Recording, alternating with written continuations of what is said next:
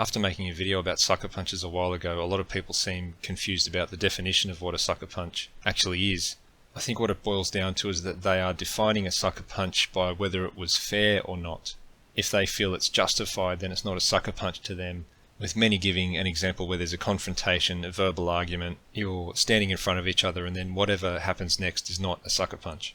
Whenever we do use the term, in reality, it's often in the context of being unjustified, unfair, unethical. But that doesn't define whether it categorically is or is not a sucker punch. The critical part is whether the recipient was ready or not. If they're not prepared to take the punch, they're not prepared to defend themselves, you basically get a free shot, you can land it without any intervention. That's a sucker punch, whether it was fair or it was not.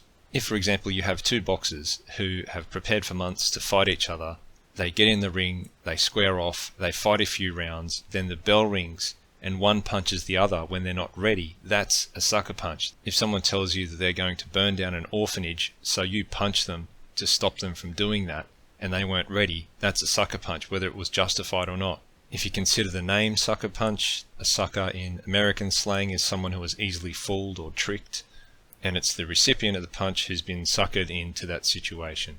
Where I was raised, it was called a king hit, I suppose, because it's so effective.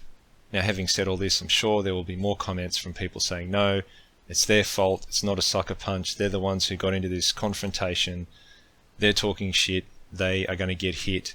If so, what do we call it when the attack would be justified and ethical, but they're unready for it, and you get a free shot in? If you have a name for that, let me know and I'll start using that instead.